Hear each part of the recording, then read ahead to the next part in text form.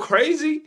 Like, so he just decides I'm not gonna pay nobody else. He paid us the first month. But luckily, because I was hooping and my teammate was hooping, the other two they didn't get paid. Y'all wasn't hooping good enough, so y'all ain't gonna get paid like we did.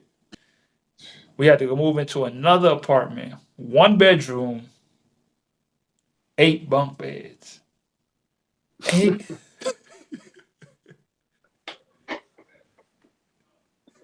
Bro. Bro, you got that.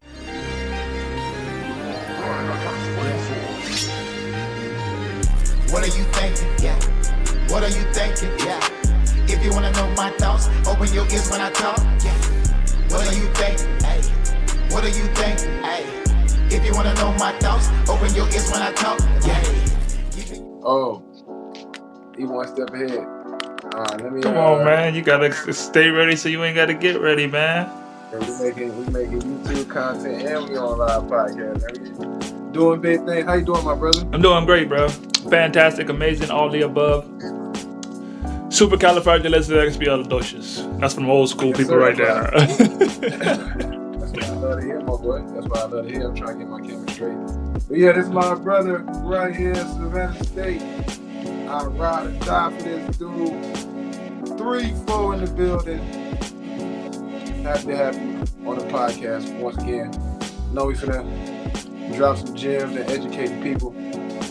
You know what I mean? Have some fun too. We like to have fun. You know, everybody don't always want to get schooled every time. They want to have some fun too. We all about having fun. Yeah, most definitely on that. That's all we do, to be honest. This whole, you know, life thing is a fun thing. Bro, when I just think back, like, people don't understand when you got like a true friend, and then you just immediately when you see him, you just start thinking back to all those old days, college days, like all those so many times. I got so many stories, man. College. When they say college is the best time of your life, bro, they ain't lie about that one. Man, I asked my teammate that the other day, and I was like, "Would you agree? College, those 4 years spent was the best time of your life?" And he was like, he had to think about it. But it didn't take long for him to come to an answer. He was like, yeah, for sure. Most definitely. It's got to be because of the people and that you meet. That, no matter what school you go to. Mm-hmm. It's because of the people you meet, bro. It's because of the people that you meet and the connections that you make. Because really, like, you start to grow into yourself. You start to understand, like, the power of connections. And that's really where you start really networking with, you know, people that you know for your whole life. It's like, oh, yeah, my college friend or somebody that I started a business with, yeah, we knew each other from back then. Or like a lot of people right now, like, because you start growing up and you start getting into building businesses or starting out ventures, and it's be like, well, I knew him from college, you know, and y'all already have that connection. So that's why I feel like college by hands down. I have heard that too. Coming in high school, it was like college gonna be the best time of your life. Yeah. College was amazing. I ain't gonna lie. Shout out to SSU. Shout out to SSU. I can't even start. I don't even want to start with that, boy. I don't even want to start with SSU. For everybody that's new to the podcast for the first time, yeah, this is my brother. We met at Savannah State, so we got that bond, you know, and then we just kept rolling with it. Became professional basketball players overseas. This is about to be, I don't even know what year I'm on, but I know I've been playing for 10 years now. Well, coming up on it. Yeah. I started my career in September of 2013, and it's crazy. I'm still hooping today. Deuce Week. You know, it's coming up on 10 years for me, so that's amazing. Shout out to Deuce Week. See, everybody don't remember that. Shout out to Deuce Week. That was a legendary week, and yes, that was a legendary week. Because it was like the first time someone out of our class was like making that jump to go play overseas, and it was like everybody supported it. So we was like, this whole week just gonna be about Deuce Week. And it was epic the whole week, but you had a great going away party. I'll tell you that for sure. For sure. Hey, one thing about it, we did it big at Savannah State, bro. Yeah, we did it big at Savannah State, bro. Like, that's one thing I love about that whole experience. I really ain't got no regrets. You know what I mean?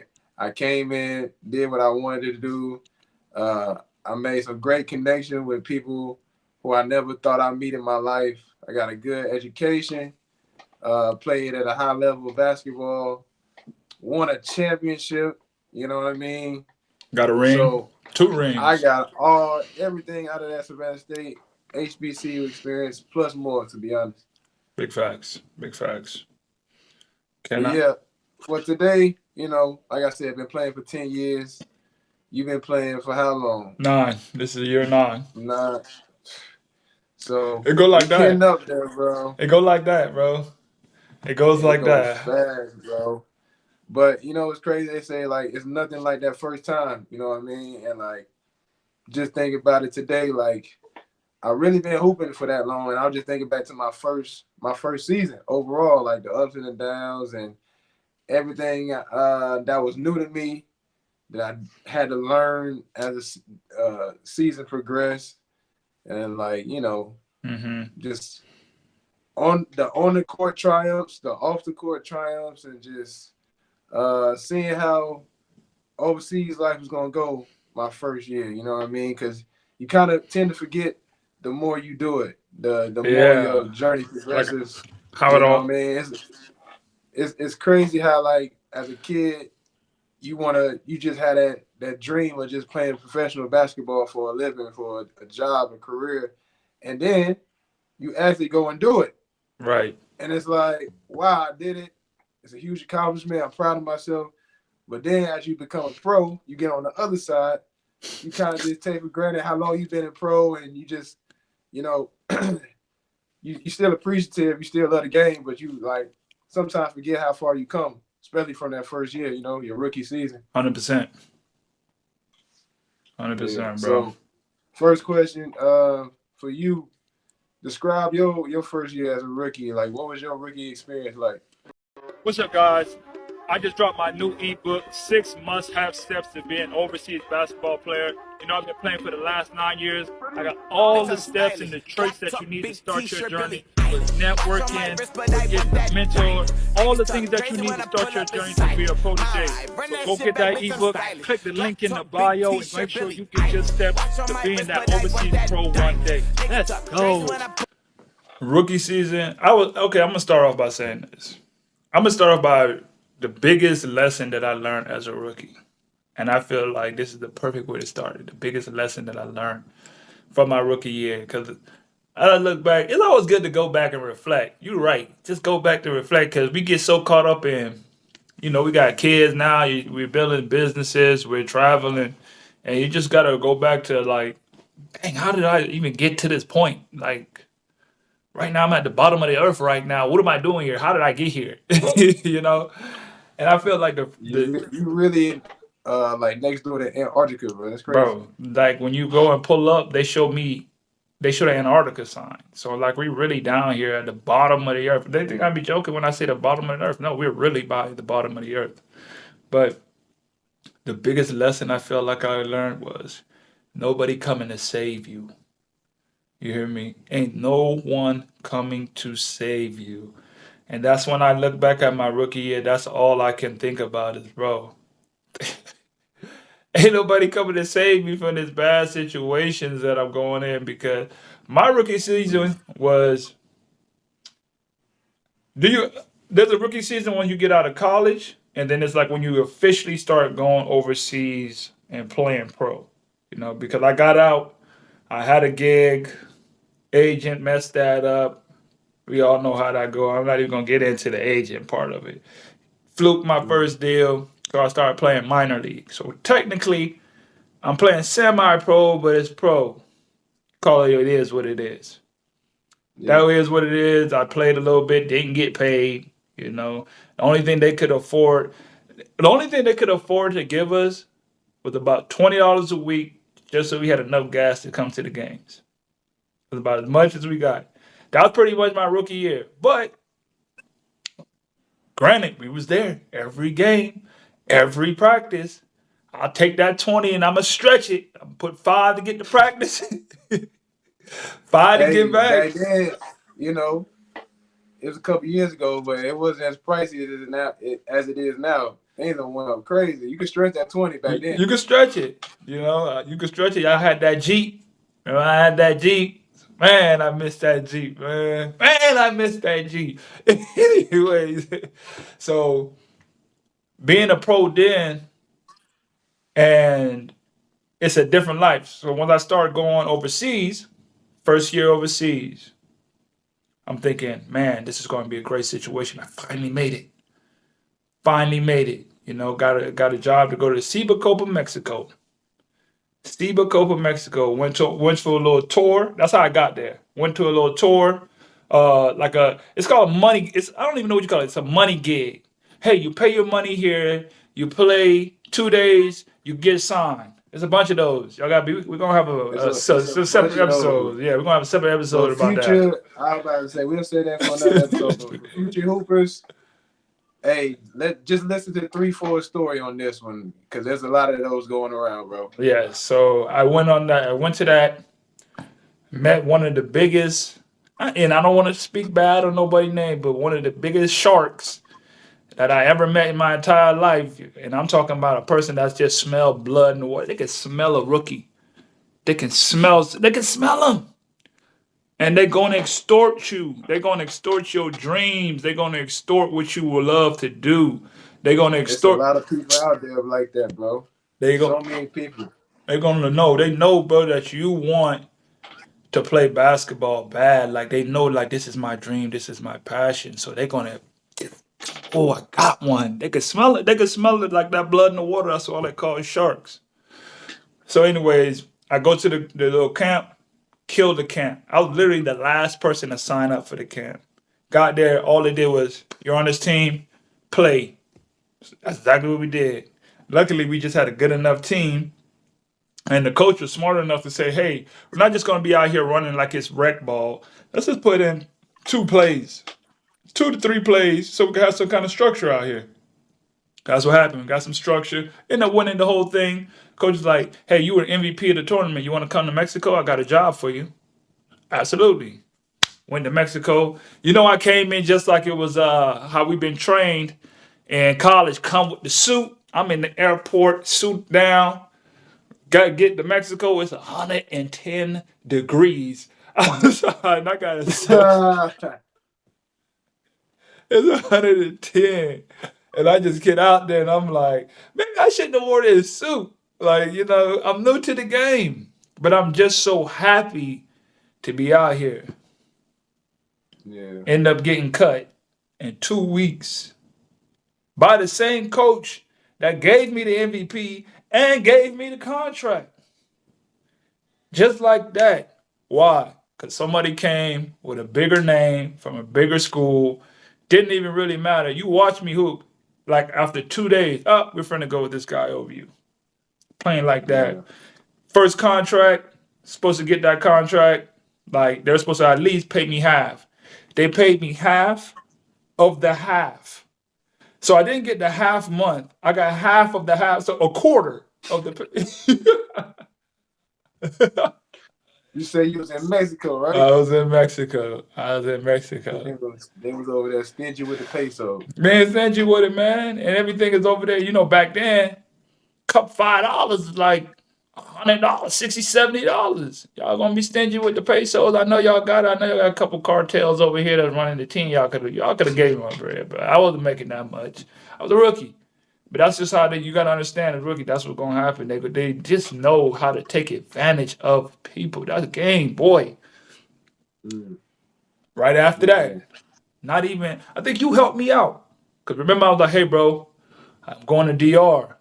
Dude hit me up about an opportunity to go to DR. Literally 1 week after I got cut. 1 week. Hey, you end up looking out for me, slide me a little bit of bread to go to DR. Dude, hyping. You going to get 8 bands. I'm the minimum contract, 8,000. You good? You gonna get it? I guarantee you. Boy, that man was good at. Boy, you talk about. You want to talk about a car salesman? You want to talk about a car? What? You gotta be careful your rookie season, bro. Your first year coming out, it's so many good con men, bro. That know how to sell you a dream, and they can really they can throw you off by getting you to sign a bad contract, bro, or just Man, take total advantage of you, bro. take full advantage of it, and that's exactly what it did. That's exactly what ended up happening. So I take all of the quarter of the money that I got from that situation, borrowed some money from my parents, from you, paid this man money that I didn't have, plus all that I did have, and just if you literally going on that whim, you like, I'm finna play my heart out because I need this job. And sure enough, played my heart out, like hooped, like we really just hooped. Never heard from him. As soon as we got a touchdown in the airport, this man was hopped in, bro, car already waiting, gone. Just gone, just left. Never heard from him again. Blocked everybody on the team. Blocked everybody on the team, bro. Left one of my homeboys in Tampa. He was from Chicago. Left them in Tampa. No way home. No flight home. That's how we end up becoming boys. I'm like, come on, bro, you with me. You feel me? Because we roomed on the trip. I'm like, you with me, bro. Like, let's go. You know what I'm saying? I ain't finna leave you out here. We're going to do this. We're gonna bust these moves together. Still friends till this day, 8, 9 years later. That's some slimy stuff, man. That's some slimy stuff on that end, bro. Sharks, bro. Sharks. That's one thing. That's why I say, ain't nobody coming to save you. And I started figuring it out one after another. Because in that Mexico situation, they was like, oh, we just gonna trade you to another team. And I was like, trade me? So I was like, all right, get on this bus and go to this city. Now, if you ain't never been to Mexico, Mexico is huge. So a bus ride easily 12, 15 hours to the next city. Took a bus, 8 hours. Hey, got a text message. Hey, team said they're not doing no trade. Turn back around. Had to turn back around, come back. And you gotta just picture my mindset at this time. I'm in Mexico. I don't got no agent. Barely got a phone. Don't know where I'm going. Don't got no money. Don't got anything. I'm just out here like, what next? I don't know what to do. You feel me? Go to DR, spend all my money, get hoodwinked, bamboozled. Your first season sound like a nightmare, bro. I'm glad we taking it back because I didn't even know, my boy. Yeah, bro. All this happened. That's some real mental trauma stuff. I'm telling you, bro. This happened back to back. So all that happened in Mexico. Went to DR the next week. All that money gone. So then I was like, shoot, man, what I'm going to do? Still got hoop dreams. Went to Indianapolis with you know who. Old boy. You feel me? And shout out to you once again, bro. Shout out to you once again, because if it wasn't for you putting me on with that agent, I wouldn't have got that gig in Colombia. It's because you gave me that shout out because you was good. Your first year was decent, and you was like, I'm good. I already got my situation, but I got my boy. So I'm like, okay, bet. I'm finna regroup.